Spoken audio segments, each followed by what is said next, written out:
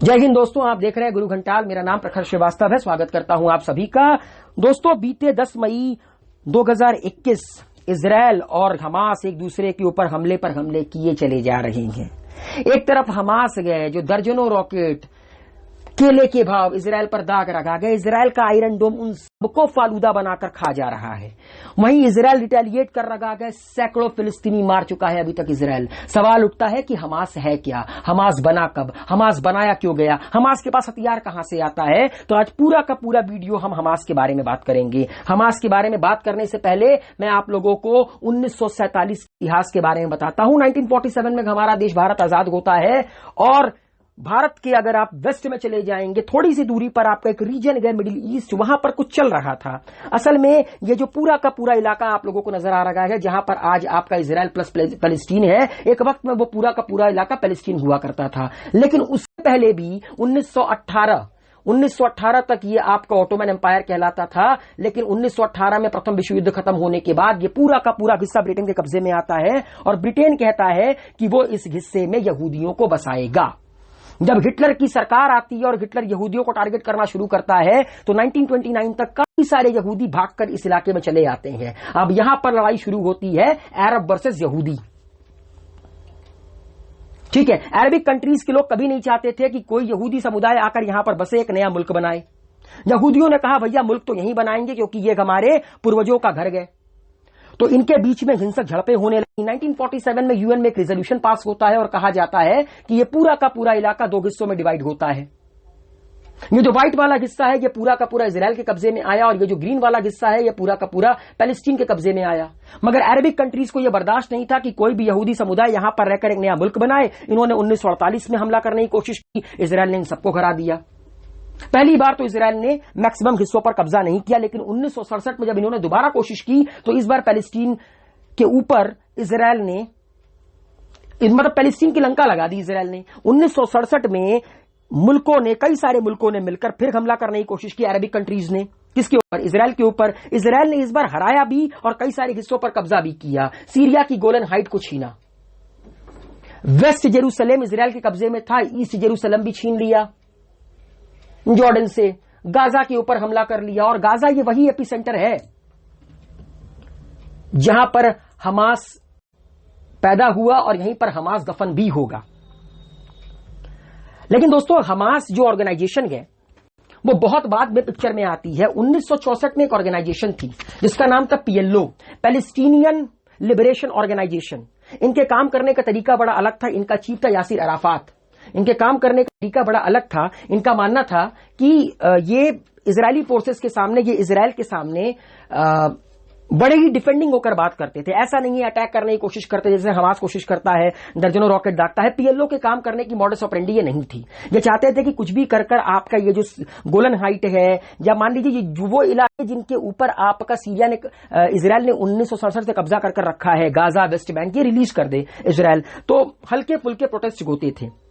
मगर हमास नाम की ऑर्गेनाइजेशन जन्म लेती है 1987 में एंड हमास ने इस लड़ाई को पूरी तरह बदल दिया, इस प्रोटेस्ट को पूरी तरह बदल दिया। Hamas Palestinian Sunni Islamic fundamentalist organisation है जो कि एक pragmatic militant and nationalist organisation है। हमास का पूरा नाम है हरकत अल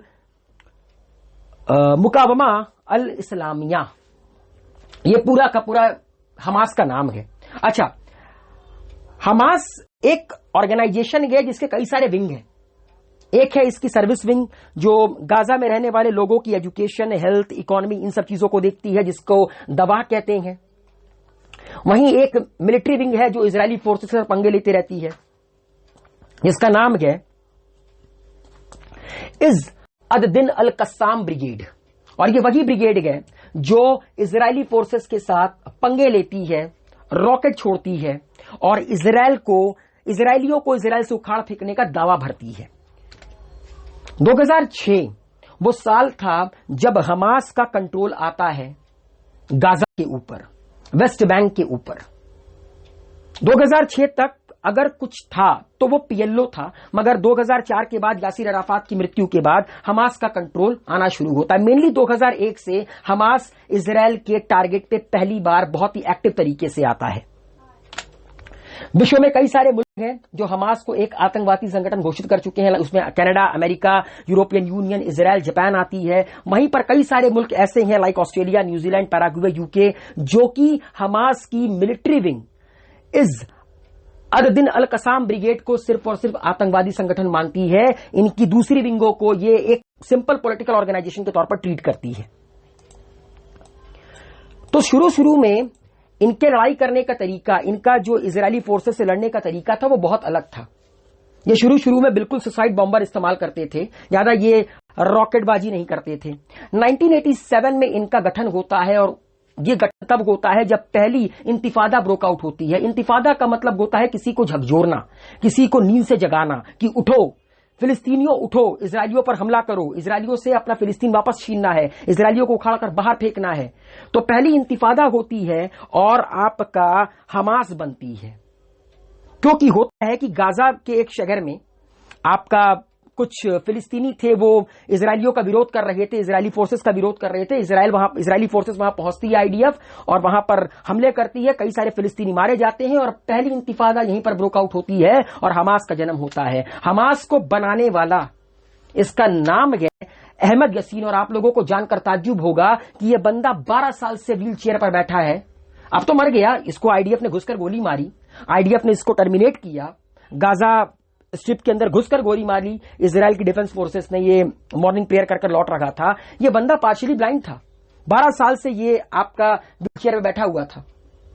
ये फाउंडर है हमास का। इसके अलावा और भी कई सारे नाम हैं, अब्दुल अजीज अल रंतीसी, इसके अलावा मोहम्मद अल जहर, इसके बेटे को आईडीएफ ने गोली मारी।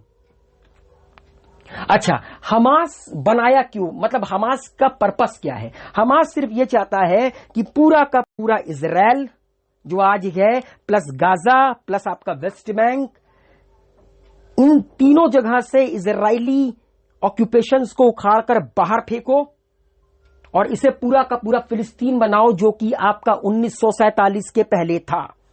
That's it. ये जो आपको स्क्रीन पर नजर आ रहा है ना, इजराइल, वेस्ट बैंक और गाजा, यहां से उखाड़कर फेंकना है। और याद रखिएगा, ये वही गाजा है, गाजा स्ट्रिप, गाजा पट्टी, जहां से हमास कंट्रोल करती है।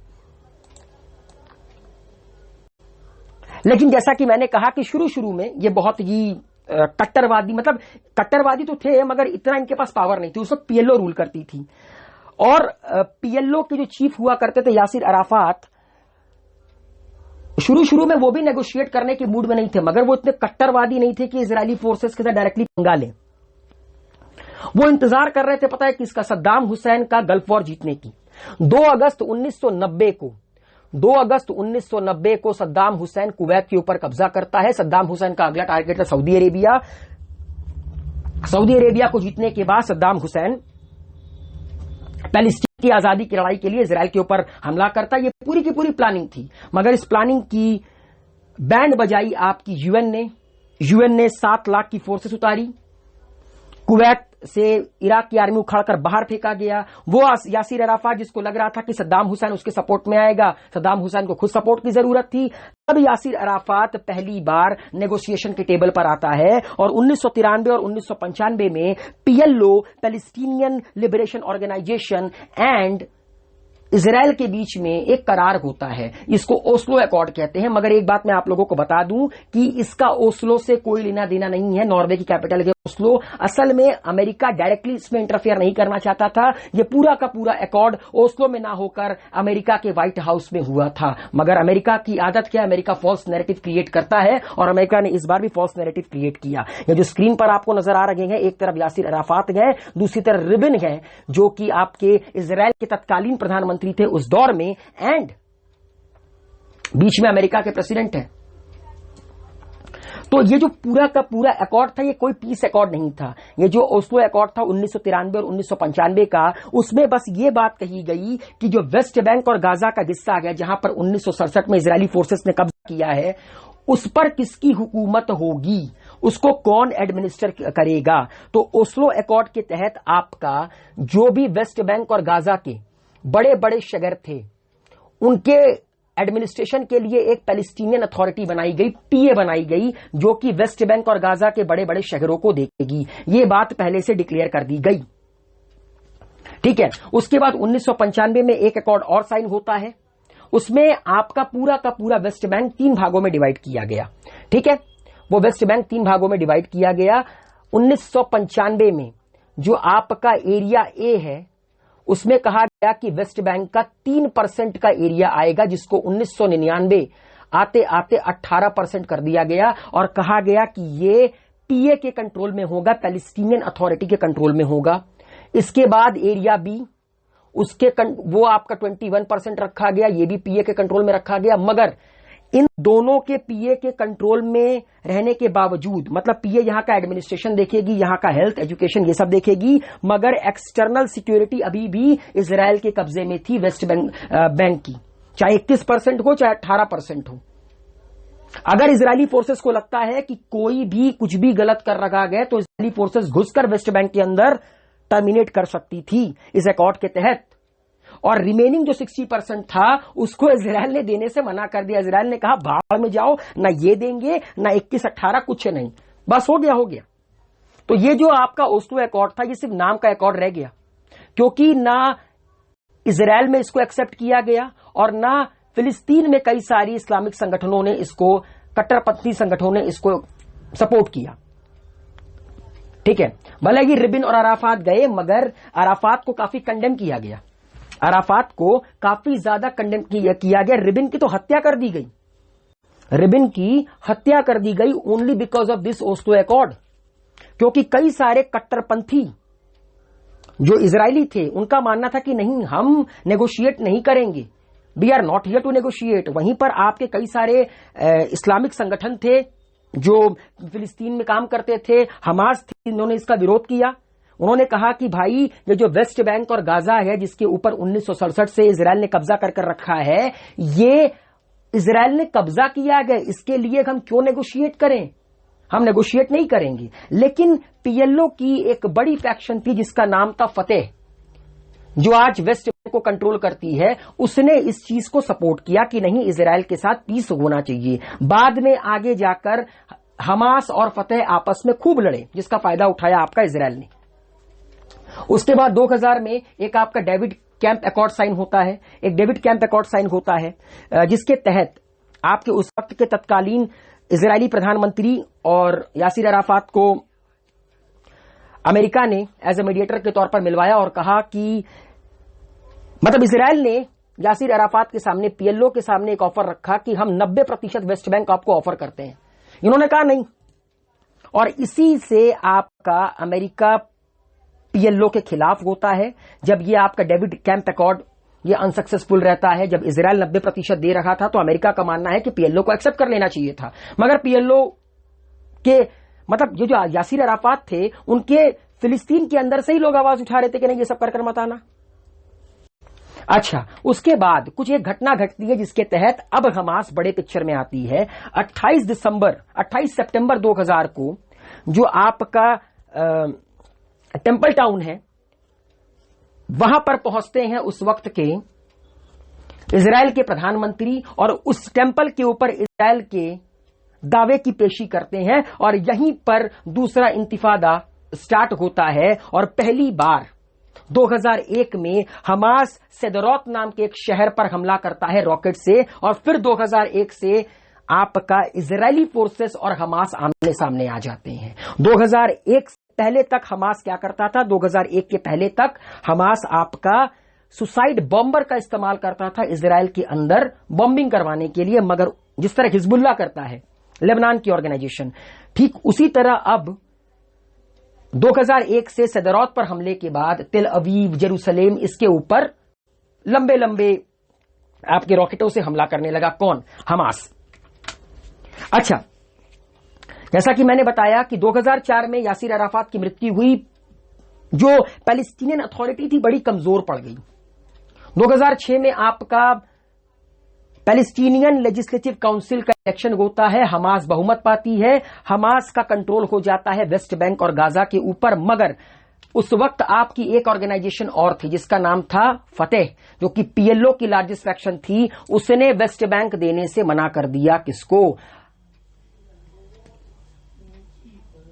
हमास को। और मैं आप लोगों को यह बताना चाहता हूं कि ये जो फतेह है, इसको बाहर से काफी सपोर्ट मिलता है। कई सारे मुल्क हैं बाहरी जो इसको सपोर्ट करते हैं, इसीलिए यहां पर करप्शन बहुत है। ये बड़ी ही करप्टेड ऑर्गेनाइजेशन मानी जाती है। ये पूरा का पूरा इजराइल के लिए काम, मतलब कह सकते हैं इजराइल के सपोर्ट में रहती है।